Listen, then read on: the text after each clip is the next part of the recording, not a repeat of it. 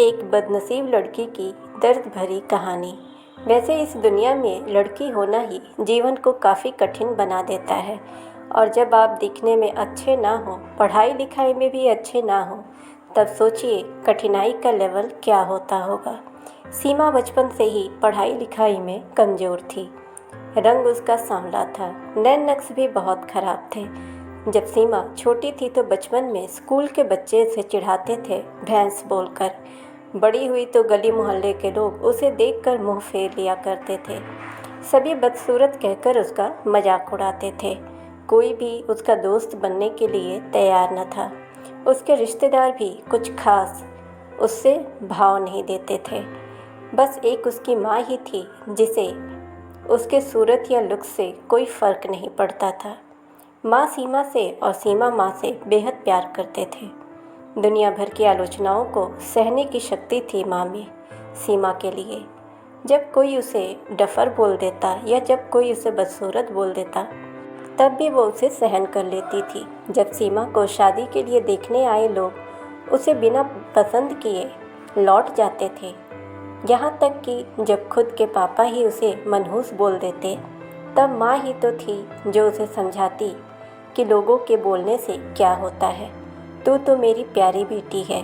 भगवान के लिए इतने सारे अन्यायों के बावजूद सीमा जीना सीख गई थी।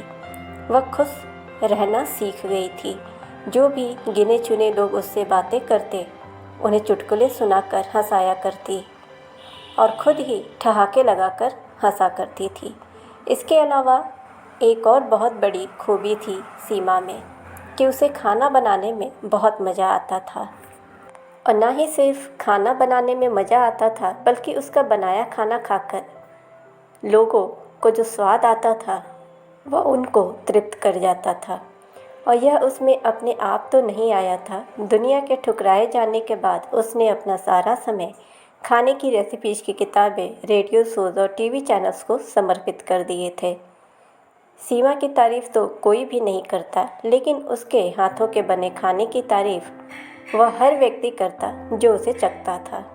इस एक गुण की वजह से सीमा अपने आजू बाजू की औरतों में फेमस हो गई थी, क्योंकि जिसे भी खाना पकाना सीखना हो या कुछ नया पकवान बनाना सीखना हो तो वह सीमा के पास आती और सीमा भी खुशी खुशी उन्हें सब सिखाती थी।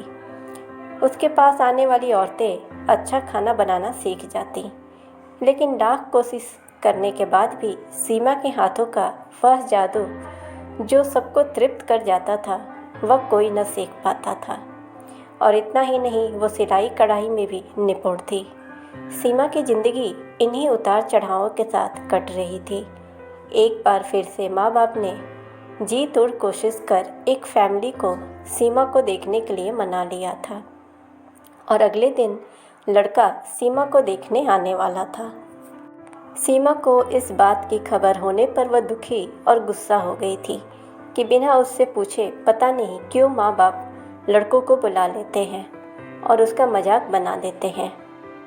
माँ ने सीमा को समझाया था कि ऐसा ही होता है, कोई भी बेटी अपने माँ बाप के यहाँ हमेशा नहीं रहती, उसे एक दिन शादी करके जाना ही पड़ता है। अगले दिन सीमा सुबह सुबह ही लड़के वालों के आने से पहले ही सज संवर कर कहीं निकल गई थी। उस दिन लड़के वाले घर आकर माँ बाप को बहुत खरी खोटी सुनाकर गए थे। वैसे भी पापा को सीमा पर हमेशा ही गुस्सा रहता था, लेकिन उसकी इस हरकत ने उनको गुस्से से पागल कर दिया। उस दिन पापा ने सीमा का सारा गुस्सा माँ पर उतार दिया था, यह कहकर कि एक मनहूस बेटी को जन्म देकर भी तुम्हारा मन नहीं भरा था, इसलिए उसको लाड़ प्यार देकर सर पर बिठा लिया है। हमेशा अपनी बेटी के बारे में गलत बोलने वालों से नाराज़ रहने वाली माँ आज खुद सीमा से नाराज़ हो गई थी और वह अब सीमा के घर वापस आने का बेसब्री से राह देख रही थी ताकि अपना गुस्सा उस पर उतार सके। सूरज ढलने से पहले सीमा घर लौट आई थी। उसके चेहरे पर एक अजीब सी खुशी थी। हाथों में एक चेक था और एक सर्टिफिकेट भी। सीमा माँ से कुछ कहना चाहती थी, लेकिन इससे पहले ही सीमा अपने मुंह से एक भी शब्द कह पाती, माँ ने उसे खरी खोटी सुनाना शुरू कर दिया था। गुस्से में माँ बोलते बोलते इतना कुछ बोल गई कि सीमा ने कभी सपने में भी नहीं सोचा था। माँ ने कहा, बाकी सभी लोग सही थे, तुम सच में मनहूस हो, तुम्हारी वजह से हर कोई परेशान है। अच्छा होता जो तुम पैदा होते ही मर जाती, यह दिन ना देखना पड़ता हमें। गुस्से में बड़बड़ाती और सब्जियां काटती रही माँ ने एक बार भी सीमा की तरफ नहीं देखा था। सीमा माँ की बातें किसी पत्थर की मूरत की तरह सुन रही थी। पत्थर की ऐसी मूरत जिसके शरीर में जान ना हो लेकिन आंखों से आंसू की धारा बह रही हो। सीमा ने माँ से पूछा, माँ क्या सच में तुम भी चाहती हो कि मैं मर जाऊँ? क्या इतनी बुरी हूँ मैं माँ? अभी भी गुस्सा सर पर सवार होने की वजह से माँ ने कह दिया हाँ।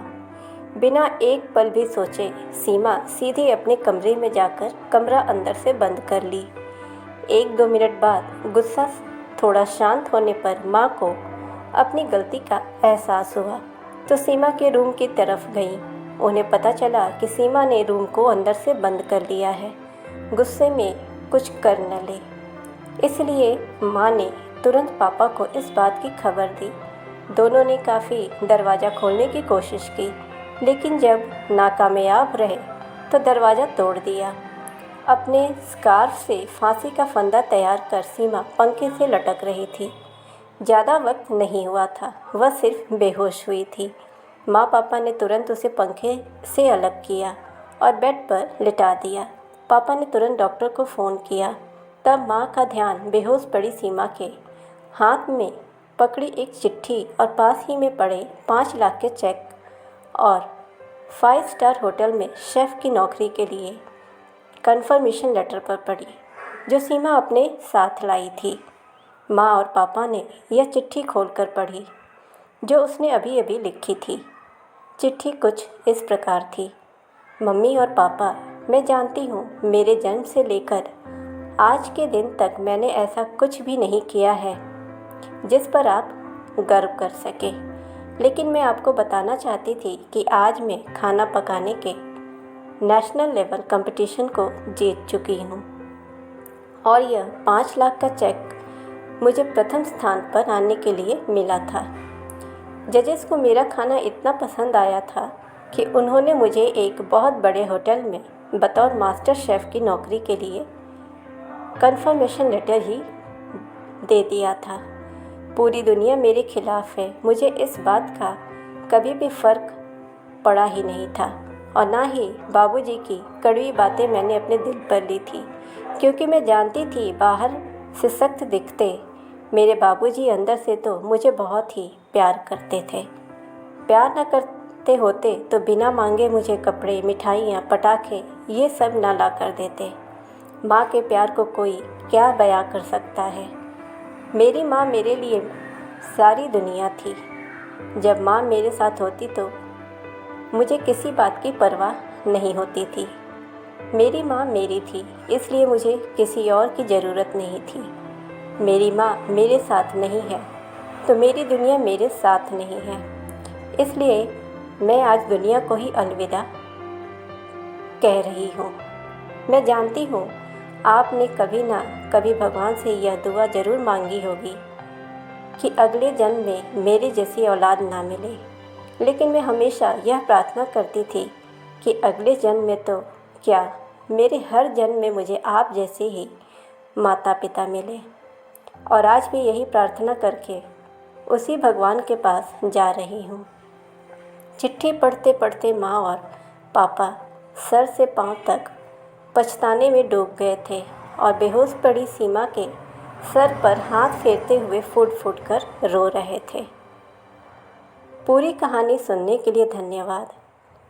यह कहानी ज़रूर आपके दिल को छू गई होगी। मैं उम्मीद करती हूँ कि अब आप जाने अनजाने में किसी भी व्यक्ति का उसके बाहरी लुक्स की वजह से दिल नहीं दुखाएंगे, क्योंकि हर इंसान में कोई न कोई खूबी होती है। सुंदरता तो केवल ऊपर वाले की देन है। ऐसे ही इंटरेस्टिंग कहानियों के लिए आप चैनल को सब्सक्राइब करें, नोटिफिकेशन बेल दबाएं ताकि हमारी हर वीडियो आप तक पहुंचती रहे। वीडियो को ज़्यादा से ज़्यादा लाइक और शेयर करें। मिलते हैं ऐसे ही इंटरेस्टिंग स्टोरी के साथ। Thanks for watching.